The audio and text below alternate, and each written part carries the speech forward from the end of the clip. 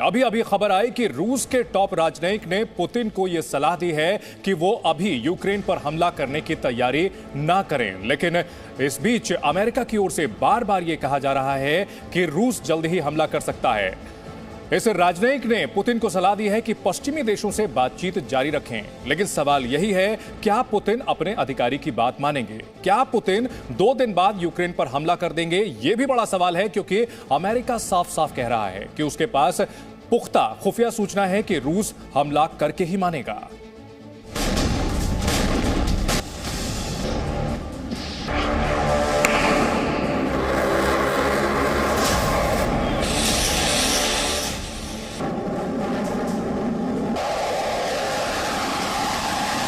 16 फरवरी 2022 इस दिन का पूरी दुनिया को इंतजार है।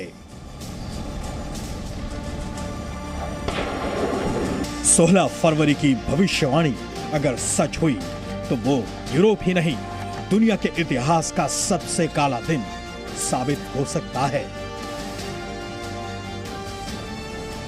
क्या 16 फरवरी को यूक्रेन पर हमला होगा?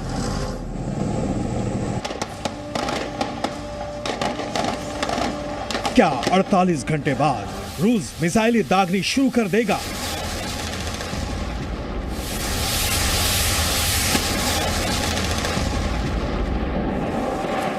क्या 2 दिन बाद दुनिया देखेगी विश्व युद्ध?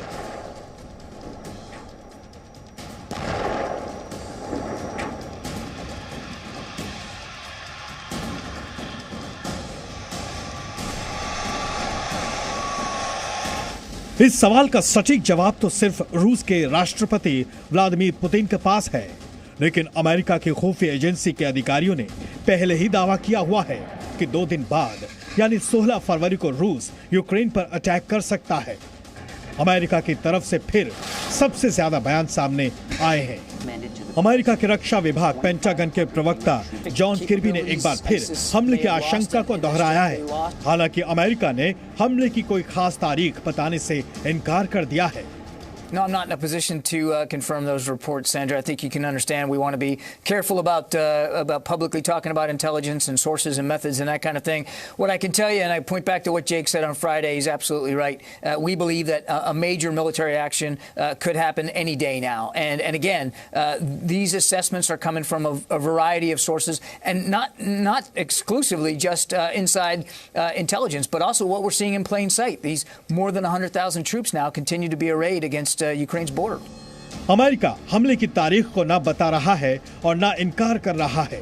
अमेरिका के पास क्या खुफिया सूचना है, ये पेंटागन के प्रवक्ता ने नहीं बताया, लेकिन अमेरिकी खुफिया एजेंसियों के पास रूस के संभावित हमले के पीछे पुख्ता दलीलें हैं। अमेरिका की इंटेलिजेंस एजेंसियों का दावा है कि रूस ने यूक्रेन की घेराबंदी के लिए मिसाइल, एयरफोर्स, नेवी और स्पेशल फोर्सेस को तैनात किया है। इसके अलावा रूस ने काला सागर में 6 जंगी जहाजों को भी उतार दिया है।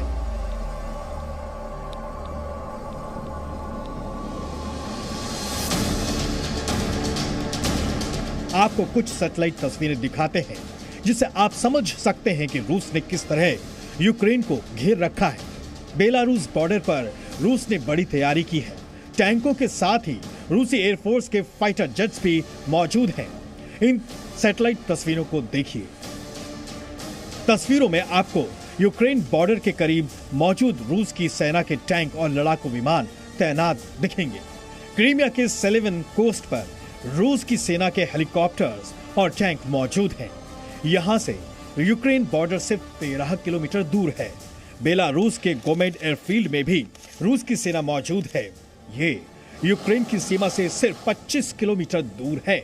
बेलारूस के ही रश दिशा में रूस के सैनिक यूक्रेन पर हमले की मंजूरी का इंतजार कर रहे हैं। यहां से यूक्रेन 45 किलोमीटर दूर है।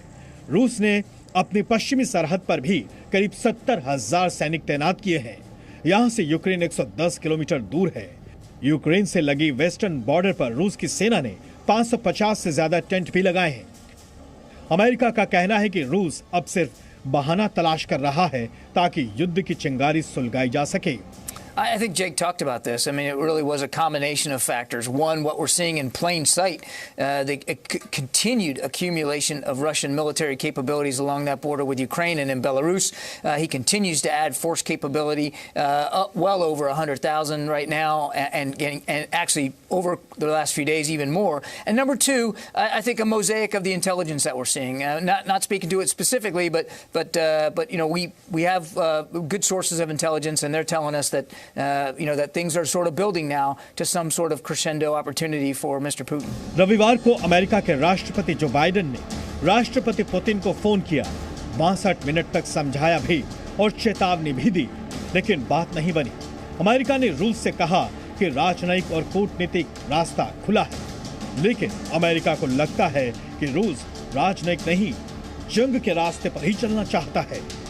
रूस के प्रेसिडेंट पुतिन और अमेरिका के प्रेसिडेंट बाइडेन के बीच में बातचीत हुई, 1 घंटे से ज्यादा बातचीत चली और लग रहा था इस बातचीत का कोई सकारात्मक निर्णय आएगा, लेकिन सारी बातचीत करने के बाद भी बात जहां है वहीं रुकी ही लग रही है। मेरा मानना है कि जब तक अमेरिका और नाटो देश यूक्रेन को नाटो में शामिल करने की बात से मना करते हैं या यूक्रेन खुद कहता है कि वह नाटो में शामिल नहीं होगा, तब तक यह मामला सुलझेगा नहीं। अमेरिका को तो जंग रुकने की उम्मीद कम दिखाई दे रही है। अमेरिका लगातार दुनिया को आगाह कर रहा है कि रूस किसी भी दिन हमला कर सकता है।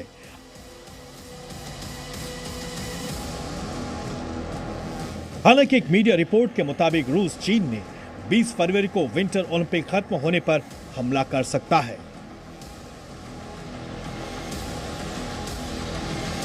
Bureau report, C media.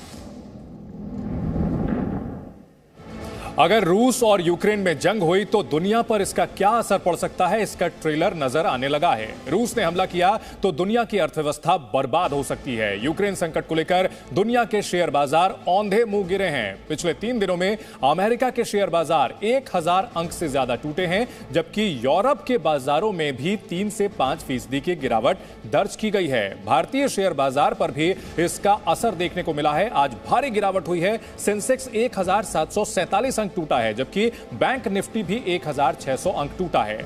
इसके साथ साथ कच्चे तेल में भी लगातार तेजी बनी हुई है। ब्रेंट क्रूड की कीमत $95 प्रति बैरल के ऊपर जा चुकी है और कतई ये दुनिया के लिए अच्छे संकेत नहीं है। Presenting B News app, available on Google Play and App Store. Download it now.